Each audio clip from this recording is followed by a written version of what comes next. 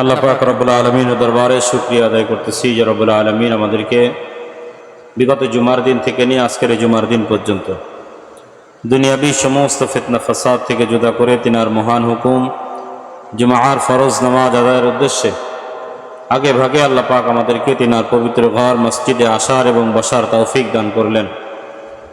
এই জন্য আমরা সকলেই আল্লাহ পাক রব্বুল আলামিনের দরবারে শুকরিয়া আদায় করতেছি, মুহাব্বতের সাথে পড়ি আলহামদুলিল্লাহ। ربنا لك الحمد حمدا كثيرا طيبا مباركا فيه يا ربي لك الحمد كما ينبغي لجلال وجهك وعظيم سلطانك। সমস্ত প্রশংসা ওই আল্লাহ তাআলার জন্যই যিনি দয়া করে মেহেরবানি করে বিগত জুমার দিন থেকে নিয়ে আজকের এই জুমার দিন পর্যন্ত আমাদের মতো কিছু গুনাহগার গোলামকে সুস্থতার সাথে হায়াতে তৈয়বা দান করলেন। এজন্য শরীরের সমস্ত শক্তিকে এক জায়গায় করে গলার আওয়াজকে উঁচু করে আমরা আল্লাহ পাক রব্বুল আলামিনের দরবারে শুকরিয়াতান পৌঁছাই দিই। আবারও পড়ি আলহামদুলিল্লাহ। অসংখ্য দরুদ সালাম বিশ্ব মানবতার মুক্তির দূত জনাবে মুহাম্মদ রাসূলুল্লাহ সাল্লাল্লাহু আলাইহি ওয়াসাল্লামের রওজা মুবারকের উপর আমরা আলোচনা করতেছিলাম আল্লাহ পাক রব্বুল আলামিনের পক্ষ থেকে গজবপ্রাপ্ত 6 জাতি সম্পর্কে। এর ভিতর আমরা 3টা জাতি নিয়ে আপনাদের সামনে আলোচনা করেছি। এক, হযরতে নূহ আলাইহিস সালাতু ওয়াস সালামের জাতি নিয়ে আপনাদের সামনে আলোচনা করেছি। দ্বিতীয়ত আদ জাতি নিয়ে আলোচনা করেছি এবং ফিরআউনের জাতি নিয়ে আপনাদের সামনে আমি আলোচনা করেছি। আল্লাহ পাক রব্বুল আলামিন যদি তৌফিক দান করেন আজকেও আপনাদের সামনে এই বিষয়ের উপরে কিছু আলোচনা করব ইনশাআল্লাহ।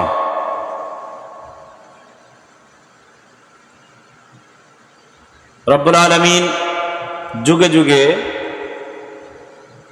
এমন অনেক জাতি পৃথিবীতে আসছে যাদেরকে সমূলে আল্লাহ পাক ধ্বংস করে দিয়েছেন।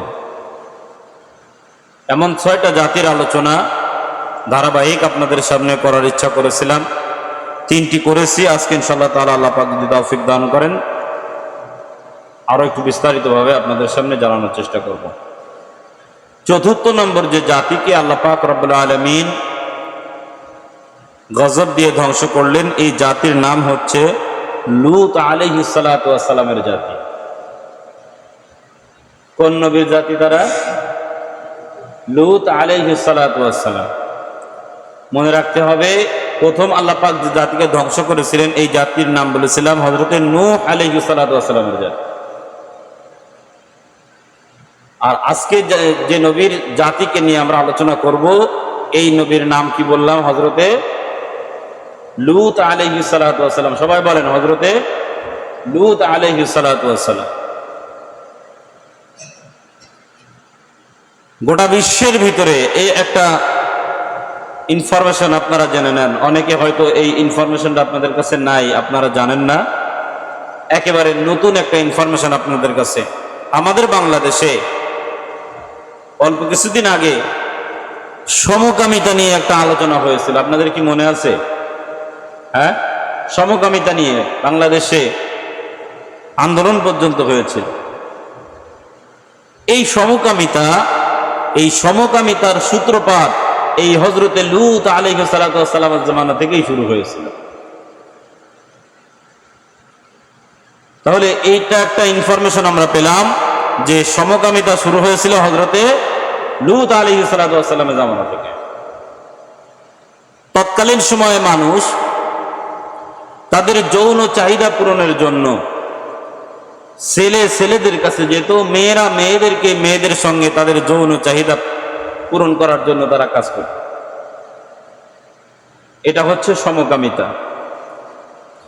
মেয়ের প্রতি অ্যাডিকটিভ, ছেলের প্রতি আসক্ত। এই সমকামিতা এখনো গোটা বিশ্বময় বিরাজমান আছে না নাই?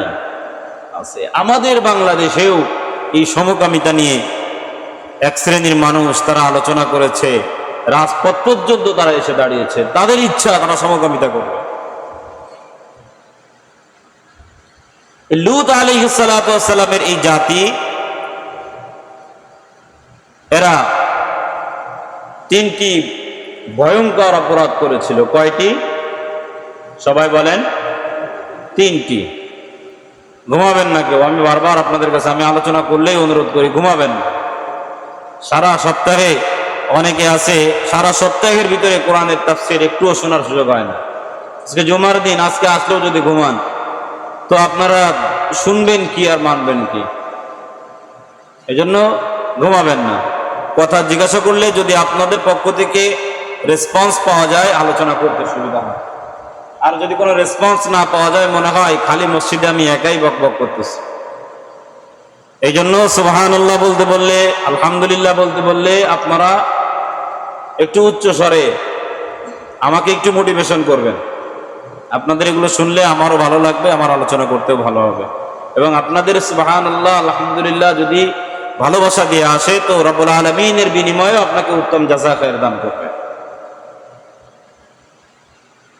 তো হযরত লূত আলাইহিস সালাতু ওয়াস সালামের জাতি 3টা ভয়ঙ্কর অপরাধ করেছেন। কয়টা?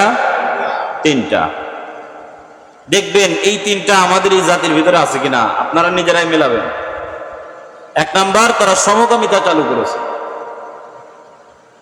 পুরুষ পুরুষের সঙ্গে, মেয়ে মেয়ের সঙ্গে তাদের জৈবিক চাহিদা পূরণের জন্য তারা উদ্বুদ্ধ হতো এবং তারা তাদের জৈবিক চাহিদা পূরণ করত। এই সমকামিতা আমাদের বাংলাদেশে আছে না নাই? আছে। এরপরে তারা 2 নম্বর যে অপরাধটা করেছে, ভয়ঙ্কর অপরাধ, এটা হচ্ছে তারা রাস্তায় রাস্তায় চাঁদাবাজি করত। কি করত? চাঁদাবাজি। আছে আমাদের বাংলাদেশে? আছে। 3 নম্বর, তারা সমস্ত অন্যায় কাজ, যে অন্যায় কাজে হোক, তারা কখনো মনে করতো না যে এই অন্যায় আমি এটা করতেছি, এটা গোপনে করা দরকার, এটা কখনোই তারা মনে করতো না। তারা প্রকাশ্যে অশ্লীল এবং অন্যায় কাজ করত। আছে আমাদের বাংলাদেশে? আছে না? তাহলে হযরত লূত আলাইহিস সালাতু ওয়াস সালামের জাতিকে ধ্বংস করার জন্য আল্লাহ পাক রব্বুল আলামিন এই 3টা বড় বড় অন্যায়ের পরিপ্রেক্ষিতেই আল্লাহ পাক তাদেরকে ধ্বংস করেছেন। পরিপ্রেক্ষিতে তো আল্লাহ পাক রব্বুল আলামিন বাংলাদেশেও তো এই নিয়মগুলো চলতেছে, এগুলো জারি আছে। আল্লাহ পাক চাইলে তো বাংলাদেশকেও ধ্বংস করে দিতে পারেন কি পারেন না? তো গজবের দ্বার প্রান্তে কিন্তু আমরাও দাঁড়িয়ে আছি, আমরাও দাঁড়িয়ে আছি। হযরত লূত আলাইহিস সালাতু ওয়াস সালাম তাদেরকে নিষেধ করলেন যে তোমরা এই অন্যায় কাজ থেকে ফিরে আসো, এই কাজ তোমরা করো না, এই অন্যায় থেকে তোমরা ফিরে আসো। তারা লূত আলাইহিস সালাতু ওয়াস সালামের কোনো দাওয়াত তারা গ্রহণ করলো না। সর্বশেষ আল্লাহ পাক রব্বুল আলামিন যখন তাদের উপরে চূড়ান্তভাবে গজব দিবেন, এর আগেও আল্লাহ পাক রব্বুল আলামিন তাদেরকে সুযোগ দিলেন। আল্লাহ পাক রব্বুল আলামিন কোন জাতিকে একবারে ধ্বংস করে দেন নাই, তাদেরকে সুযোগ দিয়েছেন যে তারা ফেরে কিনা, তারা ফেরে কিনা। আমি গত 2 জুমা আগে ফিরআউনের ধ্বংস নিয়ে আলোচনা করেছিলাম। প্রায় 6 প্রকার আল্লাহ পাক ছোট ছোট গজব দিয়ে তাদেরকে সতর্ক করেছিল যে তোমরা ফিরে আসো, তারা ফেরে না। সর্বশেষ আল্লাহ পাক তাদেরকে নীল নদে ডুবাইয়া মারলেন। তো হযরত লূত আলাইহিস সালাতু ওয়াস সালামের এই জাতির লোকেরা, এদেরকে সর্বশেষ আল্লাহ পাক সতর্ক করার জন্য করলেন কি, তারা হযরত লূত আলাইহিস সালাতু ওয়াস সালামের কাছে ফেরেশতাদেরকে আল্লাহ পাক সুন্দর সুঠম দেহের অধিকারী, সুন্দর সুশ্রী কয়েকজন যুবককে হযরত লূত আলাইহিস সালাতু ওয়াস সালামের বাড়িতে মেহমান হিসেবে পাঠালেন। আল্লাহর নবীও জানতেন। এই খবর সমস্ত সম্প্রদায়ের ভিতরে ছড়ায় গেল যে লূত আলাইহিস সালাতু ওয়াস সালামের বাড়িতে সুন্দর সুদর্শন কিছু যুবকেরা আসছে। তারা তাদের সঙ্গে তাদের যৌন চাহিদা পূরণ করার জন্য তাদের দিকে অগ্রসর হল এবং হযরত লূত আলাইহিস সালাতু ওয়াস সালামের ঘরের দরজায় এসে যখন তারা নক করলো, হযরত লূত আলাইহিস সালাতু ওয়াস সালাম তাদেরকে বলল, আল্লাহর কসম লাগে তোমাদের, তোমরা মেহমানদের সঙ্গে এমন খারাপ আচরণ করো না। তারা শুনলো না। ঘরের দরজা ভেঙে তারা যখন ঘরের ভিতরে প্রবেশ করলো এবং ওই ফেরেশতা রূপী মানুষ রূপী ফেরেশতাদের সঙ্গে যখন তারা অপকর্ম করার জন্য চেষ্টা করলো, ফেরেশতারা এক একটা করে থাবা মেরেছে, এক এক থাবায় সবার চোখগুলো অন্ধ হয়ে গেছে, বলি সুবহানাল্লাহ। এবং আল্লাহ পাক রব্বুল আলামিন নবীকে বললেন, নবী এ জাতি আর শোধরাবে না, এদের চূড়ান্ত ভাবে গজব দিয়ে ধ্বংস করতে হবে, আপনি আপনার উম্মতদেরকে নিয়ে এখান থেকে চলে যান। নবী তিনার উম্মতদেরকে নিয়ে চলে গেলেন। তিনি চলে যাওয়ার পরে এই লূত আলাইহিস সালাতু ওয়াস সালামের জাতিকে আল্লাহ পাক কত ভয়ঙ্কর ভাবে ধ্বংস করলেন। জিবরাইল আমিন ফেরেশতাকে বলা হলো, জিবরাইল এই জমিনটাকে উঁচু করো, জমিনটাকে কি করো, উঁচু করো, এবং উপর করে আবার জমিনের দিকে মেরে দাও। জিবরাইল আলাইহিস সালাতু ওয়াস সালাম যখন জমিনকে উঁচু করবেন, তিনি দেখলেন কিছু সংখ্যক মানুষ তারা মসজিদের মধ্যে বসে আল্লাহ আল্লাহর জিকির করতেছে, জিকির করে। তো জিবরাইল আলাইহিস সালাতু ওয়াস সালাম বলেন, রব্বুল আলামিন আপনি তো এই জাতিকে ধ্বংস করে দিতে বলতেছেন, তো কিছু মানুষ তো দেখা যায় মসজিদের মধ্যে বসে আপনার নামে জিকির করে। আল্লাহ পাক রব্বুল আলামিন বললেন, তাদেরকে সহ ধ্বংস করে দাও। নাউযুবিল্লাহ বলেন, তাদেরকে সহ ধ্বংস করে দাও। কারণ এই দুঃসময়ে যখন তারা দেখতেছে গোটা দেশের ভিতরে সাদাবাজ, সমস্ত রকম অশ্লীলতা, বেহায়াপনা এবং সমকামিতার নামে অশ্লীলতা চলতেছে, এগুলো দেখার পরেও তারা মসজিদের মধ্যে বসে শুধু আল্লাহ আল্লাহর জিকির করতেছে, তাদের প্রতিবাদ করে তাদেরকে ঠেকাইল না। অর্থাৎ তারা এই অপরাধের ব্যাপারে তারাও তাদের মতামত দিয়ে দিয়েছে, তারা চুপ রয়েছে, নীরব রয়েছে, তারা বাধা দেয় নাই।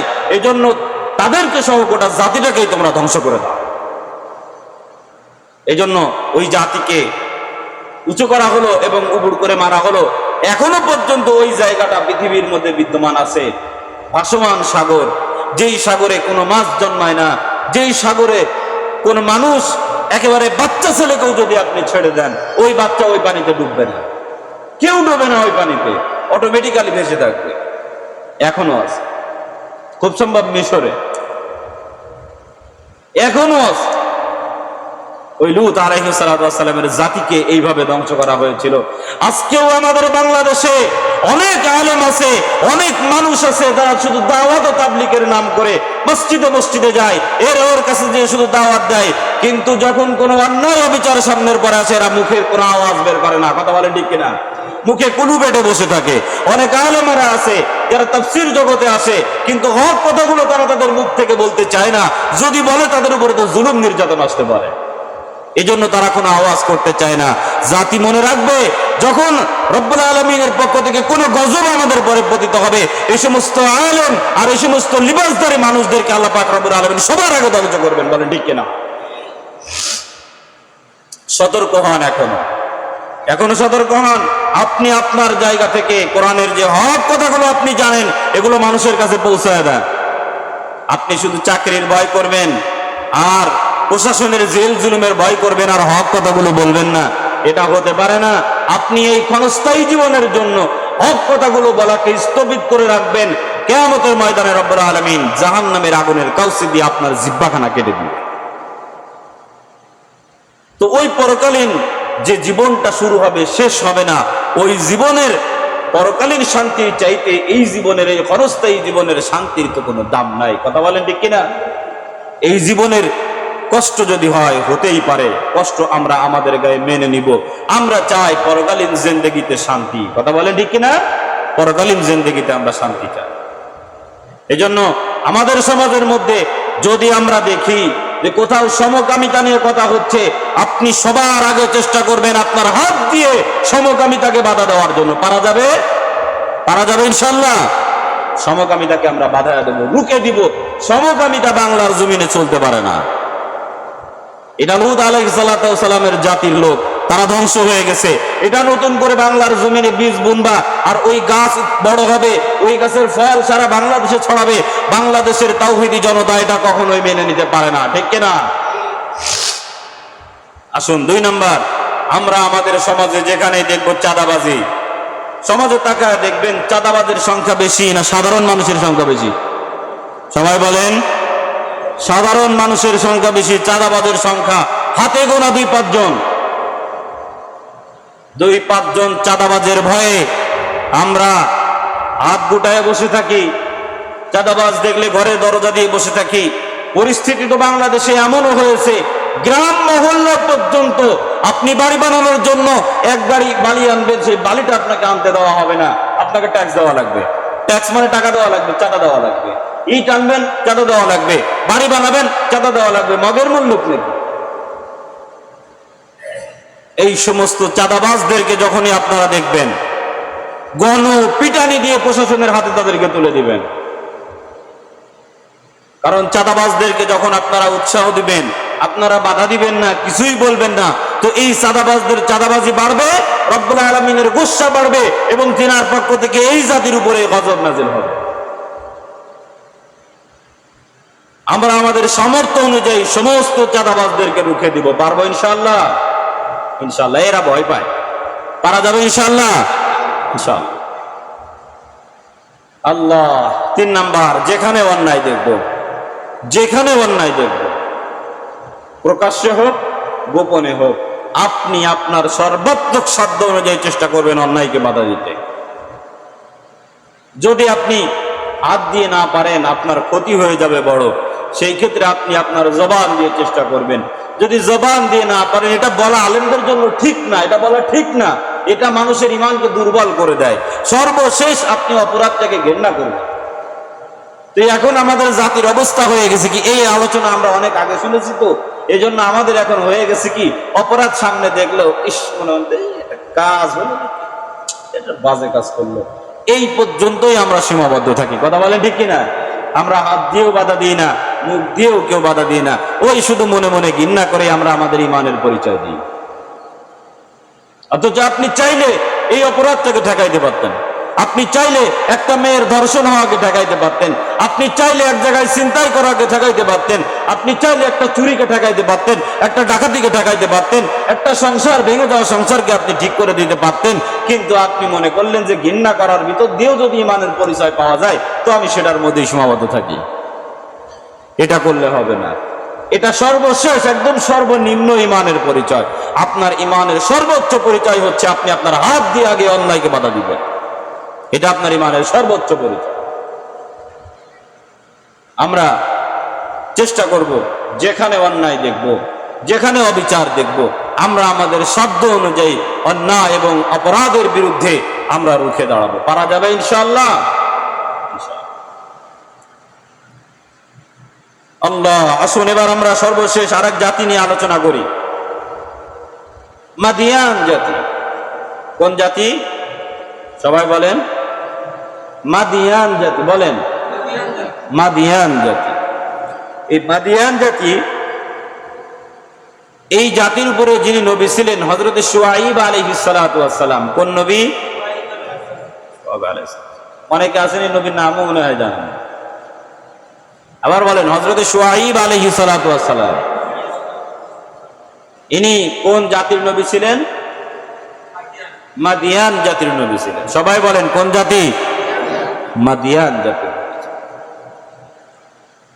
মাদিয়ান জাতির অন্যায় ছিল 5টা। কয়টা? 5টা অন্যায়ের কথা বলবো, আপনারা নিজেরাই মেলাবেন বাংলাদেশের জমিনে 5টা অন্যায় আছে না নাই। আমার মনে হয় এই যে 6 জাতিকে আল্লাহ পাক ধ্বংস করেছেন, যে 6টা অপরাধ, এদের যতগুলো অপরাধ ছিল সমস্ত অপরাধগুলো বাংলাদেশে বিদ্যমান আছে। সমস্ত অপরাধগুলো, কোনোটা বাদ নাই। যদি ফেরাউনের কথা বলেন, ফেরাউন নিজেকে আল্লাহ বলে দাবি করেছিল, আমাদের বাংলাদেশেও হয়তো মুখে বলে না আমি আল্লাহ, কিন্তু ক্ষমতা আর পাওয়ার দেখানোর দিক থেকে ফেরাউনের উপরে দেখায়। কথা বলেন ঠিক কিনা? এটাও আছে আমাদের বাংলাদেশ। কে বা কারা আমি এটা বলতে চাইলাম না, মিডিয়া আছে তো বললাম। আপনারা বুঝে নিয়েন, বুঝবান যারা অল্প কথাতেই বোঝে তারা, ঠিক কিনা? ইশারা ইঙ্গিতে বুঝে নিয়ে। আরো দেশের অবস্থা ভালো নয়। আল্লাহ। হযরত শুআয়ব আলাইহিস সালাতু ওয়াস সালাম, তিনার জাতি অপরাধ করেছিল কয়টা? সবাই বলেন 5টা। 1 নাম্বার অপরাধ ছিল তারা শিরিক করত। কি করত? শিরক করত। তারা আল্লাহর সঙ্গে শরীক করেছে। তারা, আমাদের বাংলাদেশে শিরিক আছে না নাই? আমি তো মনে করি বাংলাদেশের সর্বোচ্চ পর্যায়ে শিরিক। আমাদের সর্বোচ্চ, বাংলাদেশের সর্বোচ্চ পর্যায় থেকে বক্তব্য আসে যে সমস্ত ক্ষমতার মালিক জনগণ। আছে না না এ কথাটা? সমস্ত ক্ষমতার মালিক আমরা মুসলমানেরা বিশ্বাস করি কে? সবাই বলেন কে? সমস্ত ক্ষমতার মালিক আল্লাহ। এটা আমরা মনে প্রাণে বিশ্বাস করি। দেশ বা জাতির কাছে যে কোনো দল মত নির্বিশেষে যেই বলুক না কেন, সমস্ত ক্ষমতার উৎস জনগণ। আমরা এটাকে ঘৃণা করে প্রত্যাখ্যান করি, বলে ঠিক কিনা? আমরা বিশ্বাস করি আমাদের সমস্ত কিছুর প্রয়োজন, যা কিছু চাওয়া পাওয়া সব কিছু প্রয়োজন পূরণ করেন যিনি, তিনি কে? আল্লাহ। তাহলে শিরিক আমাদের একেবারে শুরু থেকে নিয়ে একেবারে বাড়ির উঠান পর্যন্ত আমাদের সব শিরিকে ভরা। আমরা বাচ্চা কাচ্চা হয় না, বাবার দরবারে চলে যায়, অমুক মাজারে চলে যায়। মাঝে কিছুদিন দেখা গেল বাঁশের ভিতর থেকে পানি বের হচ্ছিল। বাঁশের ভিতর থেকে কি হয়? পানি বের হয়। মাঝে কিছুদিন দেখা গেল ভোর রাত্রের দিকে যেই বাগানে দিনের বেলা একটা মানুষ যেতে সাহস পায় না, দিনের বেলা যেতে সাহস পায় না, গাছ সমসম করে। রাত্রে 2:30-3টার দিকে একেবারে জনসমুদ্র হয়ে গেল, লাইট আর লাইট। কি হয়েছে এখানে? বাঁশ কাটলে পানি পড়তেছে, এই পানি খাইলে ক্যান্সার সেরে যায়, ওই সেরে যায়, তে সেরে যায়, সারা দেশের রোগ ব্যাধি সব নাকি ওই বাঁশের পানি থেকে ভালো হয়ে যায়। দেখবেন এমন ঘটনা বাংলাদেশে অহরহ ঘটতেছে। অল্প কিছুদিন আগে আমাদের এই গোপালগঞ্জে একটা গাছের ভিতর থেকে নাকি কথা বলতেছে। এরপরে আরো কিছুদিন আগে দেখা গেল বাংলাদেশে একটা নারকেল গাছ রাত্রেবেলা দেখা গেল পুকুরের পাড়ে ছিল, সকালবেলা দেখে নারকেল গাছ পুকুরের মাঝখানে চলে গেছে। এই তো সেই গাছ নিয়ে কত কিছু শুরু হয়ে গেল। এপাশে যে গাছের ভিতর থেকে কথা বলে এই গাছ নিয়েও কত কিছু শুরু হয়ে গেল। অনেকে আসে ওই গাছের কাছে মান্যত করা শুরু করে। নাউজুবিল্লাহ বলবেন না? শিরক আমাদের কত নিচের দিকে আমাদের চিন্তা চেতনা নেমে গেছে। একটা গাছ আমাদেরকে কি দিতে পারে? সেটা একটা জড় বস্তু, তার তো কিছু দেওয়ার ক্ষমতা নাই। তাকে আপনি এখনই কেটে ফেলেন, এখনই পড়ে যাবে। তার একটা ডাল ভেঙে ফেলেন, গাছের কি বলার ক্ষমতা আছে? এই মিয়া আমার ডাল ভাঙছো কেন? আছে? সে তো কথা বলতে পারে না, সেটা একটা জড় বস্তু, সে তার জায়গায় শুধু দাঁড়িয়ে থাকে। অথচ আমরা তার কাছে যে মান্যত করতেছি, আমার এই হলে আমি তোমার এখানে একটা ছাগল মেরে দিব। দেখবেন গাড়ি, নতুন গাড়ি তুললে গাড়ির নিচে একটা বাড়ন বেঁধে দেয়, ছোট্ট একটা মুড়ো ঝাঁটা বেঁধে দেয়, জুতা বেঁধে দেয়, মানুষের নজর ঠেকাবে। এই সমস্ত ছোট্ট ছোট্ট শিরিক গুলো দিয়ে আমরা আমাদের ভিতরটাকে একেবারে কালো করে ফেলেছি। যে শিরিক করলো সে আল্লাহ পাক রব্বুল আলামিনের সঙ্গে যুদ্ধ ঘোষণা করলো। আর আমাদের মতো সাধারণ মানুষ আমরা মালিকের সঙ্গে যুদ্ধ করে তো টিকতেই পারবো না। কথা বলেন ঠিক কিনা? চিন্তাও করা যায় না। আমরা বুঝে হোক না বুঝে হোক আমরা শিরিকের ভিতরে জড়ায় পড়েছি। আল্লাহ পাক আমাদেরকে এই শিরিকের গুনাহ থেকে হেফাজত করুক। সবাই বলি আমিন। এবার আসুন, এই মাদিয়ান জাতির 2 নম্বর ভয়ঙ্কর অপরাধ ছিল, তারা ওজনে কম দিত। কি দিত? সবাই বলেন, আমার কথা বুঝতেছেন না আপনারা? কি করতো এরা? ওজনে কম দিত। এতগুলো মানুষ কথা কয়, মনে হচ্ছে যেন 2-4 জন কথা বলছে। ওজনে কম দিত। আমি তো আপনাদের সাথে অনেক জোরে জোরে কথা বলতেছি, মাইকে বলতেছি, তাই আমার কত জোরে কথা বলতেছে, গলা শুকায় গেছে আমাদের। আওয়াজ দেন আপনারা। 2 নম্বর জাতি, এরা অপরাধ করত, ওজনে কম দিত। কি করত? ওজনে কম দিত। আমাদের বাংলাদেশে এটা আছে না নাই? আছে। বাংলাদেশে ওজনে কম দেওয়ার প্রতিযোগিতা চলে, ডিজিটাল কায়দায় ওজনে কম দেওয়া। এখন তো মেশিন, কি মেশিন? Digital machine. দেখবেন যারা বাদাম বিক্রি করে, এবারে বাদামওয়ালা বাদাম বেচে, তার কাছেও দেখবেন একটা ডিজিটাল মেশিন আছে। আছে না? তাহলে আমাদের বাংলাদেশে আপনি এখন যাই কিনতে যাবেন, সব জায়গায় ডিজিটাল আর ডিজিটাল। এই ডিজিটালের ভিতরে চুরি আছে না নাই? আপনি আমাদের বাংলাদেশে যত পেট্রোলিয়াম পাম্প গুলো আছে, তেল কিনতে যাবেন, দেখবেন আপনি মোটরসাইকেল নিয়ে যান, আপনারা হুড়মুড়ে তেল দিয়ে দিবে। আপনি বোতল নিয়ে যান, দেখবেন ইতস্তবোধ করবে তেল দেওয়াতে। অল্প কিছুদিন আগে বাংলাদেশে যখন নির্বাচন নিয়ে সহিংসতা হলো, তখন তো তেল বিক্রি বন্ধই হয়ে গেল, কারণ এখান থেকে তেল নিয়ে যে পেট্রোল মেরে গাড়ি ধরা দিচ্ছে। এখন তো আর পেট্রোল বোমা নাই, এখন টুকটাক প্রয়োজনে মানুষের কাছে তেল বিক্রি করতেছে, কিন্তু বোতলে দিতে চায় না। কারণ বোতলে দিলে এটার পরিমাপ তো দেখা যায় যে 1 লিটার বোতলে আমার 129 টাকায় কতটুকু তেল দিল, এটা তো দেখা যায়। কিন্তু যখন আমার ট্যাঙ্কের মুখটা আমি আলগা করলাম, এর মধ্যে ঢুকায় যখন ছেড়ে দিল, 1 লিটারে কতটুক গেল এটা তো ওইভাবে দেখাও যায় না, বোঝাও যায় না। কথা বলেন ঠিক কিনা? এ হলো ডিজিটাল চুরি। ওই জায়গায় একটা মারপ্যাচ করা থাকে, ওখান থেকে মনে করেন প্রতিদিন যদি 5 পয়সা করে তেল যদি ওরা জমাইতে পারে, হিসাব করে দেখেন সারাদিন পরে কত হাজার টাকার তেল ওদের এক সাইড হয়ে যায়। ডিজিটাল পাল্লার ভিতরেও কারসাজি আছে। এই জন্য দেখবেন বর্তমান আরএফএল কোম্পানি আলাদা একটা অ্যাডভার্টাইজ দিচ্ছে ডিজিটাল পাল্লার, যে এই পাল্লায় ওজন করলে কোনো ওজনে কম বেশি হওয়ার কোনো কি নাই, সুযোগ নাই। তার মানে বোঝা গেল এই ডিজিটাল পাল্লার ভিতরেও আমাদের জন্য ফাঁকিবাজি আছে না নাই? আর আগে যে ফাঁকিবাজি ছিল, দাড়ি পাল্লার তলায় হলো আপনার চুম্বুক লাগায় রাখতো, এই লাগায় রাখতো, ও লাগায় রাখতো ওজনে কম বেশি করার জন্য। তো এই ওজনে কম বেশি আমাদের বাংলার জমিনেও এখন বিদ্যমান আছে। এই যারা ওজনে কম দেন, যারা ব্যবসায়ী আছেন, আপনাদের কাছে অনুরোধ রইল, আল্লাহ পাকের গজব থেকে যদি বাঁচতে চান তাহলে ওজনে কম দিয়া ছেড়ে দেন। চাইলে আপনি তাকে একটু বেশি দিয়ে দেন, কিন্তু কম দিয়ে মানুষকে আপনি ঠকায়েন না, ঠকায়েন না মানুষকে। কারণ আপনার এই অল্প রেখে দেওয়া, এটা হয়তোবা এমন একটা সময় আসবে মালিকের পক্ষ থেকে আপনার পরিবারের উপরে এমন একটা গজব আসলো, আপনার স্ত্রী, আপনার সন্তান বা আপনার দেহের ভিতরে এমন একটা রোগ বাসা বাঁধলো, যেই রোগের পিছনে পয়সা ঢালতে ঢালতে ঢালতে ঢালতে আপনি পথের ফকির হয়ে যাবেন, একটা ফোড়াও আপনার সারবে না। কথা বলেন ঠিক কিনা? এই জন্য এই অপরাধ আপনারা করা বন্ধ করেন, ওজনে কম দেয়া মানুষকে ঠকানো এটা বন্ধ করে দেন। এদের 3 নাম্বার যে অপরাধটা ছিল, তারা সুযোগ পাইলেই সমাজের মধ্যে ফিতনা বাঁধায় দিত। সুযোগ পাইলে কি করতো? সমাজের মধ্যে ফিতনা বাঁধায় দিত। অল্প কিছুদিন আগে আমাদের বাংলাদেশে কোটা সংস্কার নিয়ে বড় একটা আন্দোলন হলো। আমরা এই আন্দোলনের শুরু থেকে দেখেছি ছাত্ররা আন্দোলন করেছে রাস্তায় একেবারে শান্তি এবং শৃঙ্খলার সাথে, ঠিক কিনা? কোন সহিংসতা দেখেছেন? কোন সহিংসতা আমরা দেখি নাই। নির্দিষ্ট একটা দলের সেক্রেটারি জেনারেল যেদিন বলল যে এই ছাত্রদেরকে ঠেকানোর জন্য আমাদের অমুক দল প্রস্তুত, তোমরা রেডি থাকবা, এর পরের দিন সকালবেলা থেকেই আমরা দেখেছি ছাত্রদের উপরে নির্যাতন শুরু হয়েছে, ঠিক কিনা? এই যে সুযোগ পাইলেই লাগাই দেওয়া, এই শ্রেণীর মানুষ, এদেরকে চিনে রাখবেন, এরা হলো ওই মাদিয়ান জাতির ধ্বংসপ্রাপ্ত জাতিদের উত্তরসূরিরা, এদেরকে চিনে রাখবেন। আমি কারোর নাম বললাম না, বুঝে নিয়েন। আমরা বাঙালি তো, আমরা কেউ এখানে বলদ নাই, আমরা সবাই বুঝবান, আমরা সবাই চোখে দেখি। বাংলাদেশের 18 কোটি মানুষ, এই 18 কোটি মানুষের মধ্যে হয়তো 1 কোটি পাগল আর ছোট বাচ্চা কাচ্চা হতে পারে।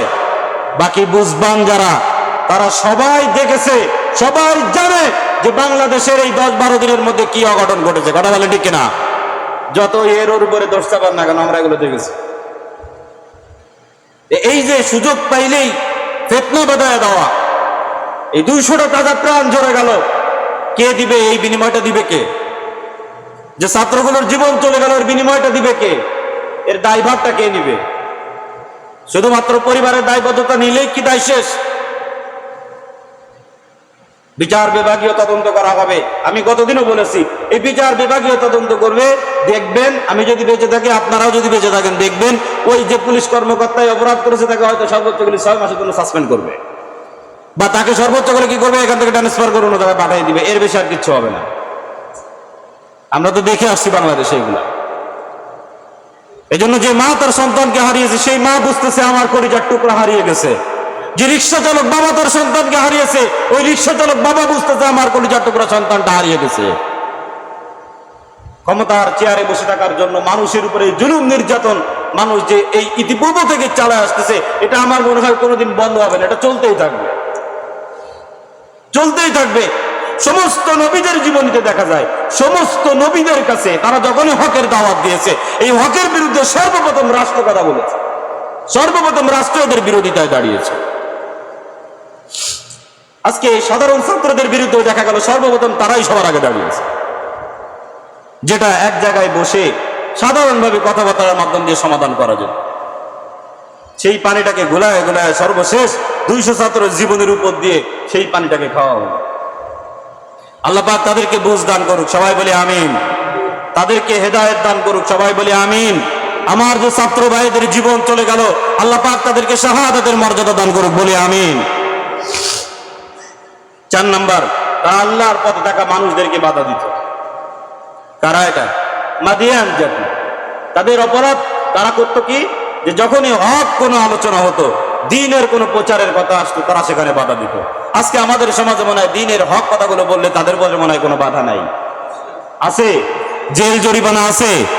বাংলাদেশে বর্তমানে আলেমরা হয়তো জেলে কম আছে, কিন্তু অল্প কিছুদিন আগে পরিস্থিতি এমন ছিল যে বাংলাদেশের কারাগারের ভিতরে লুটতরাজ, ধর্ষণকারী, চোর, ডাকাত, দুর্নীতিবাজদের চাইতে সমস্ত আলেম ওলামারা জেলখানার মধ্যে বন্দী ছিল। কথা বলে ঠিক কিনা? আলেমদের সংখ্যা কারাগারে বেশি ছিল, এখন হয়তো পরিমাণ অনেকটা কম আছে, জামিনে অনেক আলেমেরা বাইরে আছে। তো তারা চেষ্টা করতো যে যেখানে দ্বীনের কথা সেখানে একটা ফিতনা বাঁধায়, সেখানে অশ্লীলতা তৈরি করে, সেখানে মানুষদেরকে সরায় দিয়ে যাতে করে দ্বীনের আলোচনাগুলো না হয়। এই অপরাধ তাদের মধ্যে ছিল। সর্বশেষ তাদের অপরাধ ছিল, তারা আল্লাহ পাক রব্বুল আলামিনের পক্ষ থেকে যে নিয়ামতগুলো পেত, এই নিয়ামতের শুকরিয়া তারা কখনোই আদায় করত না।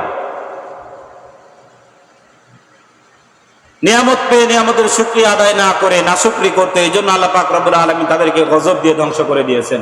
আজকেও আমাদের সমাজের ভিতরে নিয়ামতের শুকরিয়া আদায় করার সংখ্যা কম না বেশি? আপনি তাকায় দেখেন, এক একজন বেনজিরের মতো কর্মকর্তা তৈরি হয়েছে, সম্পদ আর সম্পদ, সম্পদ আর সম্পদ, সম্পদ আর সম্পদ, এমন করতে করতে করতে করতে মানে এত সম্পদ হয়ে গেছে, এরপরেও সন্তুষ্ট না, চেষ্টা করে আরো কোন জায়গা থেকে একটু গোছানো যায়। কথা বলে ঠিক কিনা? বাংলাদেশের মিডিয়ার কল্যাণে আমরা দেখেছি বেনজির আহমেদের সম্পদের একটা তালিকা আর বাংলাদেশের মানচিত্র, বাংলাদেশের মানচিত্র আর কোথায় কোথায় বেনজির আহমেদের সম্পদের তালিকা। আমি দেখলাম টোটাল বাংলাদেশের সব জায়গায় অল্প অল্প করে মার্ক করা আছে, সব বেনজির আহমেদের সম্পদ।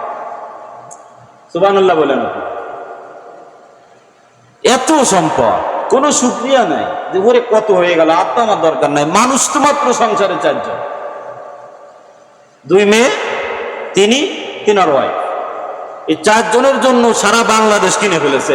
আমার মনে হয় এই ক্ষমতার চেয়ারে যদি আর 2 বছর বা 5 বছর থাকতো, সারা বাংলাদেশের এই 18 কোটি মানুষের সম্পদ সব একা বেনজির কিনে নিত, এমন একটা পরিস্থিতি। তো আমরা নিয়ামত পেয়ে নিয়ামতের নাশুকরি করব না। আমরা আল্লাহ পাকের পক্ষ থেকে যতটুকু সম্পদ আল্লাহ আমাদেরকে দিয়েছেন, ছেলে সন্তান দিয়েছেন, মেয়ে সন্তান দিয়েছেন, অর্থ দিয়েছেন, জমি দিয়েছেন, বাড়ি দিয়েছেন, হালাল পন্থায় যতটুকু দিয়েছেন আমরা তাতেই শুকরিয়া আদায় করব। পারা যাবে ইনশাআল্লাহ? ইনশাআল্লাহ। এই 5টা অপরাধ করার কারণে আল্লাহ পাক রব্বুল আলামিন এদেরকে একটু ব্যতিক্রম কায়দায় এদেরকে ধ্বংস করলেন। সময় একেবারেই শেষ। ব্যতিক্রম কায়দায় কেমন ধ্বংস করলেন সংক্ষিপ্ত আকারে বলে শেষ করে দিব। আমাদের বাংলাদেশে অল্প কিছুদিন আগে তাপ প্রবাহ চলেছিল, আপনাদের মনে আছে?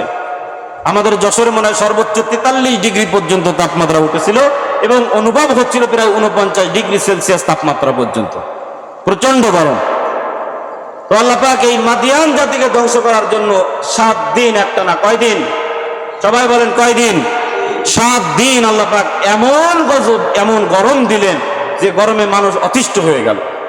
তারা ঘরে থাকতে পারে না, তারা গর্ত খুঁড়লো, মাটির গর্ত খুঁড়ে মাটির নিচে যে অবস্থান করে সেখানেও গরম হয়ে যায়, থাকতে পারে না। এরপরে তারা গভীর অরণ্যে চলে গেল। এই গভীর অরণ্যে যে সেখানে গাছের নিচে আশ্রয় নেওয়ার কারণে আল্লাহ পাক রব্বুল আলামিন কোরআনের ভিতরে এই জাতের নাম দিয়েছে আসহাবুল আইকা, বাগানের জাতি। কোন জায়গা জাতি? বাগানের জাতি। এই শুআইব আলাইহিস সালাতু ওয়াস সালামের জাতি জঙ্গলের মধ্যে আশ্রয় নিল। সেখানে 7 দিন পার হওয়ার পরে আকাশে এক টুকরো মেঘ দেখলো, কালো মেঘ। আমরা তো দেখি কালো মেঘ হলে বৃষ্টি হয়, ঠিক না? একটু ঠান্ডা বাতাস প্রবাহিত হলো, তারা খুব আশাবাদী হলো, হয়তো এখন আল্লাহ পাকের পক্ষ থেকে আমাদের জন্য নিয়ামত আসবে। দেখা গেল নিচের থেকে ভূমিকম্প তৈরি হওয়া শুরু হয়ে গেল এবং ওই যে মেঘের টুকরো দেখা গেল ওখান থেকে আগুনের বৃষ্টি ঝরা শুরু হয়ে গেল। নিচে ভূমিকম্প, উপরে আগুন থেকে, আসমান থেকে আগুনের বৃষ্টি পড়তেছে। এই আগুনের বৃষ্টি আর নিচের ভূমিকম্প দিয়ে আল্লাহ পাক রব্বুল আলামিন এই মাদিয়ান জাতিকে ধ্বংস করে দিলেন। তো এই মাদিয়ান জাতির যে 5টা অপকর্মের কথা বললাম, হযরত লূত আলাইহিস সালাতু ওয়াস সালামের 3টা অপকর্ম, মোট 8টা অপকর্মের কথা বলেছি। আমার জানা মতে এই 8টা অপকর্মই বাংলাদেশের জমিনে বিদ্যমান। কথা বলেন ঠিক কিনা? এই জন্য জাতি সতর্ক হন।